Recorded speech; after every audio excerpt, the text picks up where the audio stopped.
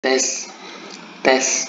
Halo semuanya, balik lagi dengan saya teman-teman ya di Trader ID. Seperti biasa, hari ini kita akan membahas IHSG dan 6 saham. Sebelum kita lanjut ke pembahasan, disclaimer on dulu, karena video ini bukanlah ajakan untuk membeli maupun menjual suatu saham tertentu ya. Ini murni adalah analisa saya pribadi. Jadi silakan untuk teman-teman analisa ulang kembali, karena nanti untuk keuntungan maupun kerugian itu kembali ke resiko masing-masing. Oke, yang pertama ya, ini adalah video pertama kita setelah 2 minggu kita off dari YouTube, teman-teman ya. Nah, ternyata selama 2 minggu terakhir pergerakan IHSG itu positif ya, atau bergerak naik teman-teman. Dan hari ini IHSG itu sempat break dari all time high, kemudian ditutup dengan candle shooting star. Nah, dari sisi foreign sendiri, 2 minggu terakhir itu foreign rutin banget inflow ke IHSG, dan puncaknya hari ini foreign itu inflow hampir 2 triliun di market reguler, dan saham-saham yang dikoleksi oleh foreign itu rata-rata saham blue chip big cap finance. Oke, nah lalu apakah untuk saat ini IHSG masih menarik? Kalau menurut saya pribadi, it's time to worry, it's time to prepare kalau seandainya IHSG kembali tertahan di area resisten. Kenapa? Karena kalau menurut saya pribadi, IHSG itu naik dari 7.000 ke 7.300, dari 7.000 ke 7.300 dengan sentimen yang sangat minim ya. Bisa dibilang nggak ada katalis yang begitu bagus untuk IHSG selama periode sebulan terakhir. Nah, lalu kenapa harga sahamnya kok naik? Mungkin karena harga BBM naik, kemudian membuat masyarakat itu mengurangi spending ya, sehingga mereka membeli saham dan beberapa obligasi, maybe ya. Itu menurut pandangan saya pribadi. Nah, jadi untuk saat ini buat teman-teman yang sahamnya dalam kondisi floating profit, ya jangan lupa set trailing stop. Nah, buat teman-teman yang masih stay cash, ya bisa nunggu IHSG koreksi. Oke, kalau kita lihat dari sisi teknikal sendiri, IHSG kenaikannya itu udah cenderung melemah ya. Ini ada potensi IHSG membentuk pattern rising wedge, teman-teman ya, yang dimana ini adalah pattern yang kurang bagus untuk IHSG. Untuk support minor ada di 7.260-an ya. Kalau ini jebol, IHSG ada potensi kembali melanjutkan penurunan. So untuk saat ini ada beberapa saham yang memang masih bagus, teman-teman ya. Secara teknikal ada beberapa memang masih sangat on track ya. Beberapa saham yang kita bahas 2 minggu terakhir itu memang ada beberapa yang masih on track. Dan selama 2 minggu terakhir yang menjadi mover di IHSG itu adalah saham-saham blue chip finance, saham-saham di sekitar energi, terutama batu bara dan nikel. Saham-saham teknologi itu masih tertekan. Kemudian seminggu terakhir yang menjadi mover itu saham-saham properti dan konstruksi dan properti, teman-teman. Jadi untuk plan saya hari ini ya, jangan nambah terlalu banyak ya. Buat teman-teman yang sahamnya udah kondisi floating profit, set trailing stop aja, nggak usah nambah terlalu banyak. Kalau nambah dikit-dikit mungkin masih boleh ya. Nah, saran saya sih ya wait and see untuk posisi IHSG yang sedang berada di harga resisten. Oke. Nah, untuk saham-saham yang pertama akan saya bahas hari ini yaitu ELSA. Ya. Oh ya, saham-saham perminyakan itu pergerakannya positif ya. Dia dapat katalis dari kenaikan harga BBM.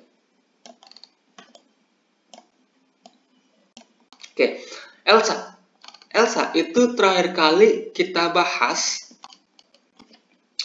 di sini ya, 30 Agustus 2022, yang dimana waktu itu kita sarankan beli Elsa di range ini, di range 320 sampai 310, dan lowest dari Elsa itu tepat banget berada di 310. Jadi buat teman-teman yang udah beli Elsa menurut saya pribadi ini masih cukup layak ya buat teman-teman hold saham Elsa. Nah, Elsa sendiri udah terkonfirmasi break dari pola double bottomnya, yang dimana ini udah kita proyeksikan sebelumnya ya. Ini ada double bottom pattern yang di break oleh Elsa dengan volume yang bisa dibilang lumayan gede ya. Ini Elsa break dari double bottom dengan volume yang gede, kemudian 3 candle terakhir dia retest dengan volume yang nggak terlalu gede ya. Kalau dibilang kecil enggak juga, tapi kalau dibilang gede nggak terlalu gede kalau kita bandingkan dengan volume dia break sebelumnya. Oke, so kalau teman-teman yang udah beli Elsa di sini, hold Elsa ya, hold Elsa dan set trailing stop, atau kalau mau nambah di harga sekarang sampai 340 ya. Di bawah 340 teman-teman bisa pasang trailing stop ya. Buat teman-teman yang baru mau entry, area beli itu ada di 350 sampai 340. Kalau jebol dari 340, teman-teman bisa consider untuk exit. Nah, untuk target sendiri Elsa masih bisa ke 400-an ya. Ini ada double bottom. Target dari double bottomnya sendiri itu ada di 400, dan juga ini ada pola sideways besar dengan target kenaikan sampai 420-an. Jadi Elsa sendiri masih cukup menarik untuk dikoleksi saat ini. Oke. Nah, itu untuk Elsa. Kemudian saham berikutnya ada ADMR.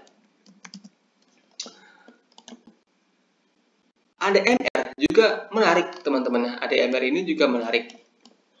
Nah, untuk ADMR sendiri sebelumnya sempat kita proyeksikan membentuk pattern inverted head and shoulders, dan dia ketahan tepat banget di support shoulders kanannya ya. Jadi ini inverted head and shoulders-nya itu belum fail teman-teman, ini belum fail, dan dia udah terkonfirmasi break dari inverted head and shoulders, atau ini juga bisa dibilang double bottom ya. Ini bottom pertama, ini bottom kedua. Oke. Dengan target kenaikan bisa nutup gap di 2130-an. Ini target kenaikan dari ADMR, udah deket teman-teman ya. Nah, so untuk teman-teman yang maybe udah beli sebelumnya di support ini, ADMR itu masih cukup layak buat teman-teman hold dengan support saat ini ada di 1800. Nah, kalau teman-teman mau koleksi di 1880 sampai 1800 itu adalah area beli ya. Ini adalah area beli yang baru. Kalau jebol dari 1004, kalau seandainya ADMR jebol support 1800, teman-teman bisa set trailing stop, atau buat teman-teman yang baru mau entry, exit kalau seandainya ADMR jebol dari 1800. Ini ADMR looks menarik ya, dia udah sideways cukup lama. Nah, ada potensi ADMR itu kembali melanjutkan tren naiknya teman-teman. Jadi ADMR cukup menarik buat kita pantau. Nah, selain ADMR ada Crush. Crush juga menarik teman-teman ya. Crush itu terakhir kali kita bahas kalau nggak salah 30 Agustus juga ya. Kalau nggak salah terakhir kali kita bahas Crush itu di sini 30 Agustus 2022, yang dimana waktu itu kita bilang Crush 70% lanjut naik, dan besoknya dia lanjut teman-teman ya. Ini Crush masih menarik ya. Crush ini menurut saya masih oke. Kalau kita perhatikan volume ya. Dia break dari dari pattern double bottom dengan volume yang sangat gede, kemudian konsolidasi dengan volume yang tipis. Dan kalau menurut saya pribadi, ini keras ada potensi membentuk pattern baru, yaitu bullish pennant. So, untuk strategi ya, buat teman-teman yang udah beli keras di bawah, baik itu di harga 380-an atau pas di sini ya di 400, keras ini menurut saya masih cukup menarik ya, masih cukup layak buat teman-teman yang mau hold keras. Nah, kalau teman-teman yang baru mau entry, supportnya ada di sini teman-teman ya, supportnya ada di 420 ya. 430 sampai 420 itu areal koleksi yang baru buat teman-teman yang tertarik untuk beli keras. Ya, ini 430 sampai 420 itu adalah area beli yang menurut saya cukup menarik. Kalaupun ya teman-teman mau beli di harga sekarang, itu menurut saya udah boleh, dengan syarat ya, dengan syarat teman-teman spare cash lebih kalau seandainya keras mengalami penurunan lanjutan dengan batas sampai 420. Jebol 420, teman-teman bisa consider untuk exit terlebih dahulu dari keras. Oke, ini keras masih menarik dan ada potensi menuju ke resisten di 500. Ya, kalau menurut saya pribadi ya, ini keras akan kencang kalau seandainya dia break dari 490 sampai 500. Kalau dia jebol dari 500, itu keras potensinya kencang. Bisa mencapai 580-an.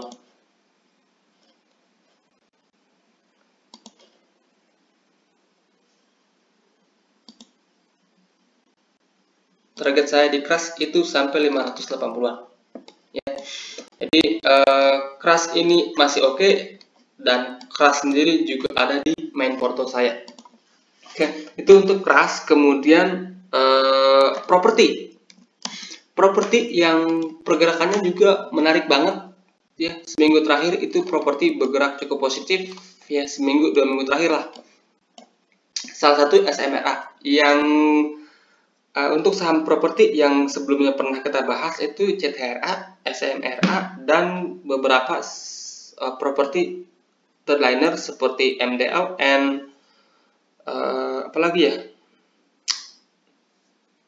saya lupa sih, karena kalau properti sendiri saya sendiri belum masuk ya teman-teman, karena 2 minggu terakhir itu saya ada kesibukan yang lumayan.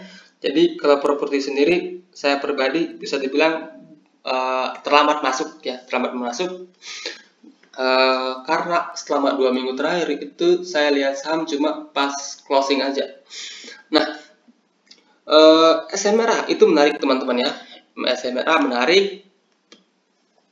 Terakhir kali kita bahas SMRA itu kalau nggak salah di sini ya, waktu itu posisinya masih di resisten, yang dimana waktu itu kita sarankan beli SMRA di sini ya, di range 600 sampai 570, dengan potensi SMRA membentuk pattern cup and handle, dan hari ini itu confirm break ya. Candle full Marubosu dengan volume gede, ini cup and handle-nya breakout hari ini. Jadi properti menarik, belum terlambat untuk teman-teman kalau mau entry saham-saham properti. Oke. Nah, untuk resisten terdekat itu ada di 7.300, kemudian support ada di 680 sampai 660. Jadi area koleksi kalau seandainya dia retest ke bawah, volumenya kecil, maka teman-teman bisa entry di situ ya. Kalau menurut saya pribadi, ini properti SMRA, CTRA, BSDE itu rata-rata menarik ya. Even saham-saham properti third liner itu juga menarik teman-teman. Salah satunya adalah DES, kemudian APLN dan MDLN. Nah, hari ini saya bahas satu aja ya, MDLN deh. Ini saham juga menarik, teman-teman. Ini saham juga menarik.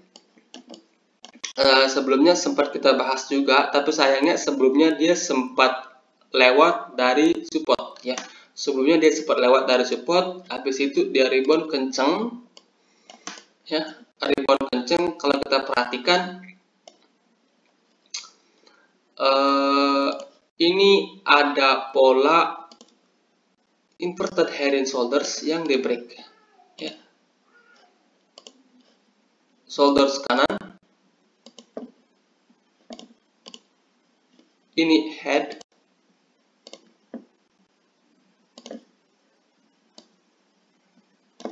dan ini shoulders kiri. Break dengan volume yang gede, kemudian seminggu terakhir dia konsolidasi dengan volume yang tipis. Ini kemungkinan akan membentuk pattern bullish pennant dan ada potensi untuk lanjut naik, ya, sampai 140 sampai 150 masih ada potensi untuk MDLN. Nah, untuk saat ini support kuat itu ada di 120, teman-teman. Jadi kalau mau koleksi dari harga sekarang itu layak koleksi range lebar sampai 120, ya. Jadi syarat untuk cicil MDLN adalah beli dikit-dikit sampai 120 atau pakai metode setengah di harga sekarang, kemudian setelahnya lagi beli di 120. Kalau seandainya jebol dari 120, ya udah exit dulu dari MDLN. Nah, kalau menurut saya pribadi, ini MDLN cukup menarik. Selain itu, saham-saham properti third liner, saham-saham kecilnya yang menarik itu ada BES, kemudian APLN juga oke, Asri juga cukup oke. Ya, rata-rata menarik lah untuk saham-saham properti per hari ini. Nah, kemudian yang terakhir saya mau bahas ACST. ACST terakhir kali saya bahas kalau nggak salah ya itu 30 Agustus 2022, yaitu terakhir kali saya post video, ya. Nah, ACST ya, kalau teman-teman ingat banget awal saya bahas ACST itu di sini pas dia break dari double bottom, yang dimana waktu itu kita sarankan beli di sini, ya, and then pas banget dia rebound di situ. Kemudian pembahasan kedua kita sempat bahas juga di sini. Nah, terakhir kali kita bahas itu di sini ya 30 Agustus 2022, yang dimana waktu itu kita sarankan beli ACST di range 190 sampai 194, dan ini dia rebound tepat di situ, teman-teman. ACST itu rebound tepat di area beli dan posisi saat ini itu sudah berada di harga 216. Artinya ya, buat teman-teman yang udah entry baik di sini maupun di sini, saat ini ada floating profit around 10 sampai 16%-an. Ya, buat teman-teman yang masih hold. Nah, so untuk saat ini bagaimana? Untuk saat ini ya, kalau kita lihat dari sisi teknikalnya udah kurang oke, ya. Coba kalau kita hapus dulu ini semua. Ini teknikalnya udah kurang oke, teman-teman, ya. Kenapa? Ini ada pola mirip dengan rising wedge. Pola rising wedge sendiri artinya apa? Pola rising wedge itu sendiri artinya kenaikan dari ACST itu udah mulai melemah, teman-teman. Kalau kita perhatikan volume dia turun dari harga atas itu lumayan gede, teman-teman, ya.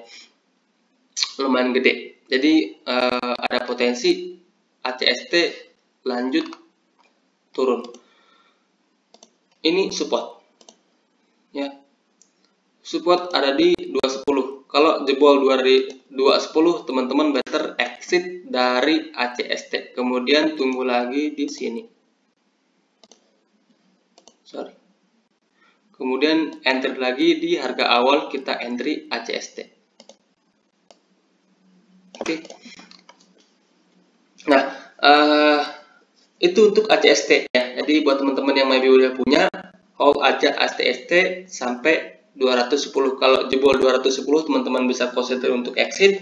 Kemudian tunggu lagi ATST di around 180-an. Oke. Nah, sekian untuk pembahasan kita hari ini, teman-teman. Semoga bermanfaat dan selamat malam.